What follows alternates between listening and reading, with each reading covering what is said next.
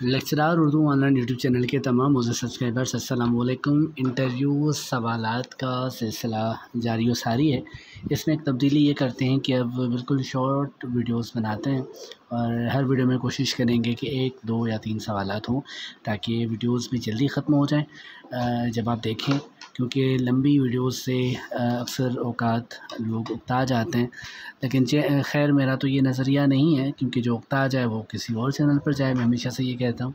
लेकिन आपकी सहूलत के लिए कि हर एक वीडियो में 1-2 सवालात हों तो आप आसानी से समझ जाएं।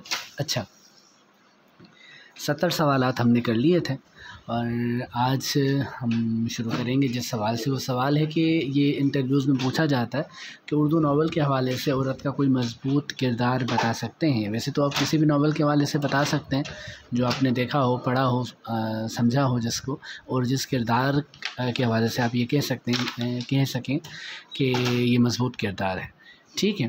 तो लेकिन अगर आपने नहीं पढ़ा या आपको नहीं पता तो आप कह सकते हैं कि डिप्टी नज़ीर अहमद के 1869 में शाया होने वाले नावल मिरातुल उरूज़ के मरकज़ी किरदार अस्करी का तज़किरा उर्दू नावल के मज़बूत निस्वानी किरदार के तौर पर किया जा सकता है। छोटी सी अच्छा ये क्यों किया जाता है या क्यों किया जा सकता है? क्योंकि छोटी सी उम्र में घरदारी के सलीके के साथ ज़िंदगी गुजारने का करीना इस किरदार की मजबूती की दलील है। मज़बूत किरदार से क्या मुराद है? मज़बूत किरदार से ये मुराद है कि जिस किरदार से इंस्पायरेशन हासिल की जाए, मुतासर हुआ जाए उसकी खुसूसियात और ख़साइल के हवाले से। तो अस्करी बिलाशुबा ऐसा किरदार है जो कि काबिल तक़लीद भी है और काबिल सताइश भी है। अच्छा, अगला सवाल है कि गालिब की नस्र में उनके मकातीब को शोहरत क्यों हासिल है? गालिब बतौर शायर तो आप सब उन्हें पहचानते हैं, जानते हैं। उन्होंने जो नस्र लिखी उस नस्र में उनके मकातीब यानी ख़ुतूत को बड़ी अहमियत दी जाती है। क्यों दी जाती है? क्यों शोहरत हासिल है? अगर पूछा जाए तो क्या कहेंगे हम कि गालिब बुनियादी तौर पर गालिब जो थे वो बुनियादी तौर पर शायर थे, लेकिन शायरी के अलावा उनके यहाँ नस्र के भी उम्दा नमूने मिलते हैं। बहुत सी किताबें उन्होंने लिखी, जैसे ख़ानदान तैमूरिया की तारीख़ लिखी और कई और फ़ारसी कुतुब भी थीं। उर्दू के हवाले से भी उनका काम मिलता है। उनके मकातीब की शौख़ी, ज़राफ़त की चाशनी, बेतकल्लुफ़ी के बायस ख़ास शोहरत रखते हैं। अच्छा, ये बेतलफ़ी लिखा हुआ है, ये कंपोजिंग की गलती है, तो आप इस गलती को गलती समझें। आसान अल्फाज में यूँ कहें कि उनका कमाल ये है कि उन्होंने मुरासले को मुकालमा बना दिया। यानी जब उनके ख़ुतूत पढ़ते हैं ना, तो पहले तो ये होता है ना कि फ़र्स्ट पर्सन सेकंड पर्सन से बात करता है, एक आदमी दूसरे आदमी से बात करता है। जैसे मौलवी अब्दुल हक ने कहा कि निस्फ़ मुलाकात है ख़त, तो गालिब ने किया कि उस निस्फ़ मुलाकात को उन्होंने क्या किया कि मुकम्मल मुलाकात बना दिया।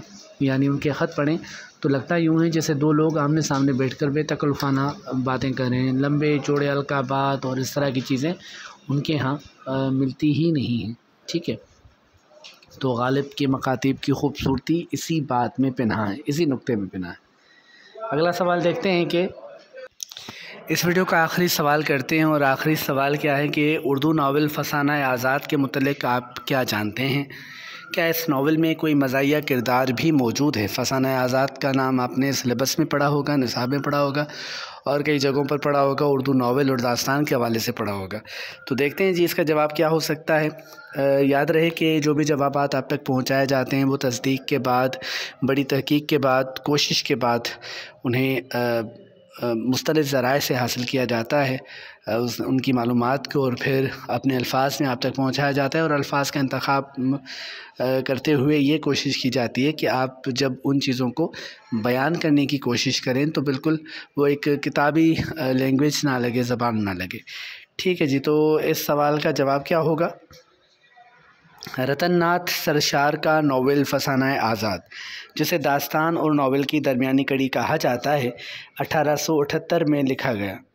पहली बार अवध अखबार में ज़राफ़त के उन्वान से किस्तवार छपा। फिर मुंशी नौल कशोर ने, बाज़ जगहों पर मैंने इनको नेवल कशोर पढ़ा है, और एक साहब तो नेवल किश्वर कह रहे थे, किश्वर भी एक लफ्ज़ है। अच्छा, उन्होंने इसे किताबी, ये नाशिर थे, पब्लिशर थे, इन्होंने क्या किया कि इसे किताबी शक्ल में 1880 में शाया किया। 1880 में और कौन सी किताब मंज़र आम पर आई थी? उर्दू अदब की अहम तरीन किताब थी। ये आपसे सवाल है, जो वीडियो मुकम्मल देख रहे हैं उनसे। आप कमेंट में जवाब दीजिएगा, वरना फिर मुझसे पूछिएगा, मैं दे दूँगा। बकौल प्रेम पाल अश्क, ये एक सहाफ़ती नावल है। उर्दू का पहला सहाफ़ती नावल कहा जाता है फसानाए आज़ाद को। अगर आपको नहीं था पता तो ये एक नई बात आपको पता चली, और अगर पता था तो उस बात की तायद हो गई। डॉक्टर अनवर सदीद इसे नावल की तकनीक से बाहर की चीज़ समझते हैं। वो कहते हैं कि जो मखसूस तकनीक है नावल की, इस नावल की वो तकनीक नहीं है। अच्छा, रब्त और तसलसल की कमी इस नावल की अहम तरीन कमज़ोरी है, जबकि जगह जगह मौजूद बोझल और गैर मारूफ़ अल्फाज भी इसे नापसंदीदा बनाते हैं। इन बातों के बावजूद शरर ने इस नावल की तारीफ़ करते हुए सरशार से कहा कि आपने फसाना आज़ाद क्या लिखा, ज़बान उर्दू के हक़ में मसीहाई की। शरर ने क्या कहा सरशार से, ये कॉल देखिएगा। इससे इस नावल या दास्तान कह लें, इसकी अहमियत का अंदाज़ा होता है कि आपने फसानाए आज़ाद क्या लिखा, ज़बान उर्दू के हक़ में मसीहाई की। नावल की तारीफ़ में सालेहा आबिद हुसैन कहती हैं कि उर्दू ज़बान समझने के लिए फसानाए आज़ाद पढ़ना चाहिए। यानी इस ज़बान की लताफ़त का एजाज़ ये है कि अगर उसे अच्छी तरह से पढ़ा जाए तो उर्दू ज़बान को समझा जा सकता है। मारूफ़ नक़ाद आल अहमद सरवर के मुताबिक अपनी इस किताब में सरशार ने रजब अली बेग सरूर की फसानाए अजायब के उसलूब की तक़लीद की।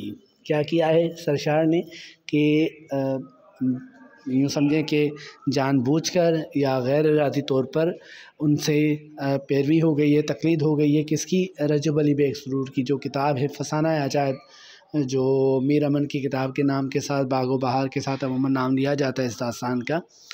जो उसलूब रजब अली ने इख्तियार किया, सरशार ने फसानाए आज़ाद में वही उसलूब इख्तियार किया है। अच्छा, और इस तक़लीद में वो किसी हद तक कामयाब भी रहे हैं। नावल की अहम तरीन ये तो खामियाँ थी कि एक तो तवील है, दूसरा जो है वो इसमें बोझलपन मौजूद है, गैर मारूफ़ अल्फाज इसमें मौजूद हैं, ठीक है। लेकिन इसकी अच्छी बातें क्या हैं, इनकी इस नावल की या इस दास्तान की या दोनों के दरमियानी कड़ी की जो खुसूसियात हैं, उनमें इस नावल का उसलूब, बयान का ढंग, किरदार निगारी, लखनवी माशरे की हकीकी मंजर निगारी और मुकालमा निगारी शामिल हैं। नावल का बुनियादी मौजू लखनवी तहज़ीब और इस तहज़ीब से वाबस्ता अफराद हैं। नावल के अहम किरदारों में आज़ाद, जैसे मियाँ आज़ाद के तौर पर आप जानते हैं, हुसन आरा, हुमायूं फर और सपहर आरा, जुल्फ़कार अली ख़ान और अल्लाह रखी के किरदार शामिल हैं। 4 जिल्दों पर मबनी सरशार के इस तवील नावल में खोजी का किरदार मौजूद है, जिसके ज़रिए नावल में मज़ाहिया रंग पैदा करने की शऊरी कोशिश की गई है। शऊरी कोशिश किसे कहते हैं और गैर शऊरी कोशिश किसे कहते हैं? जब नावल निगार या राइटर जानबूझकर कोई चीज़ करना चाहे, कोई नज़रिया, कोई किरदार तख्लीक करे या मंज़र पैदा करना चाहे, रंग पैदा करना चाहे, तो उसे कहते हैं नावल निगार की ये शऊरी कोशिश है।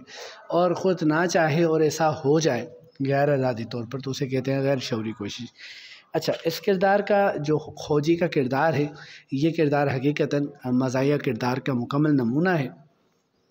अब अगर ये सवाल किया जाए कि किसी उर्दू नावल के किसी मज़ाहिया किरदार का नाम बताएं या बताएं कि किस नावल में कोई मज़ाहिया किरदार है, तो भी आप इसका ज़िक्र कर सकते हैं।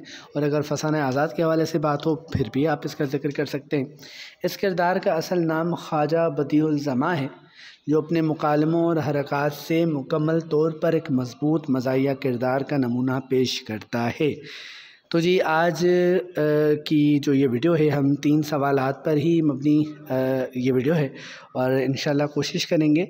इससे पहले भी आप तक मुख्तलिफ़ सवालात पहुँचाए गए हैं, और इंटरव्यू के सवालात के हवाले से किताब लिखी जा रही है, जिनमें से अक्सर सवालात आपके साथ शेयर किए गए हैं, मुस्तक़बिल में भी आपसे शेयर किए जाएंगे। जो आपके इंटरव्यूज़ जहाँ फिर वो सिंध में होते हैं, वो पंजाब में होते हैं, KPK में होते हैं, बलूचिस्तान में होते हैं, या वफाकी हुकूमत की तरफ से फ़ेडरल पब्लिक सर्विस कमीशन के ज़ेर इंतज़ाम जो कमीशन के इम्तहानात होते हैं, उनमें आपसे जो भी सवालात किए जाएँ, काइंडली मेरे साथ उनका इश्तराक किया कीजिए, ताकि उन सवालात के मुस्तनद जवाबात तैयार किए जाएँ, लिखे जाएं और आप तक वीडियोस की सूरत पहुंचाए जाएं। ज़ाहिर है कि तमाम सवालात को नहीं पहुंचाया जा सकता, तो इसके लिए किताब लिखी जा रही है, अनकरीब वो किताब आप तक पहुंचाई जाएगी, मुकम्मल होगी। तो मैं ये चाह रहा हूँ कि देर से काम हो लेकिन अच्छा काम हो। और साथ साथ तहरीरी इम्तिहान की जो भी स्टूडेंट्स तलबा व तलबा तैयारी कर रहे हैं उनके लिए खुशखबरी ये है कि नोट्स मुकम्मल तौर पर तैयार हो चुके हैं, और नोट्स के हवाले से मैंने एक मुकम्मल वीडियो अलग से बनाई हुई है, आप देख लें उनको, और उनकी कीमत क्या है, क्या सिलसिला है, वो सब उसमें मौजूद है। अगर आप नोट्स लेने के साथ साथ सब्जेक्ट स्पेशलिस्ट की 1 माह की तैयारी करना चाहते हैं, जिनका जून में इंटरव्यू तो नहीं है, टेस्ट है, तो वो भी इस हवाले से फिर रब्ता कर सकते हैं। और अगर नहीं आप सेल्फ़ स्टडी करते हैं तो और अच्छी बात है, तो आप नोट्स परचेज़ कर सकते हैं, ख़रीद सकते हैं और उनसे तैयारी कर सकते हैं। लेकिन उसके लिए आपको वो वीडियो देखनी पड़ेगी और तरीक़ेकार मालूम करना पड़ेगा। नोट्स मैंने बनाए हैं और अल्हम्दुलिल्लाह आपको मालूम है कि जो चीज़ मेरी तरफ से आप तक पहुंचती है वो मुस्तनद होती है। मैं ये कोशिश करता हूँ कि मुस्तनद हो और आपको कहीं और उसकी तस्दीक के लिए देखना ना पड़े। मुझे अपनी दुआओं में याद रखिएगा। शाद रहिए, आबाद रहिए। अल्लाह पाक आप तमाम तलबा व तलबात को आपके नेक मकासद में कामयाब करे। अल्लाह हाफ़िज़।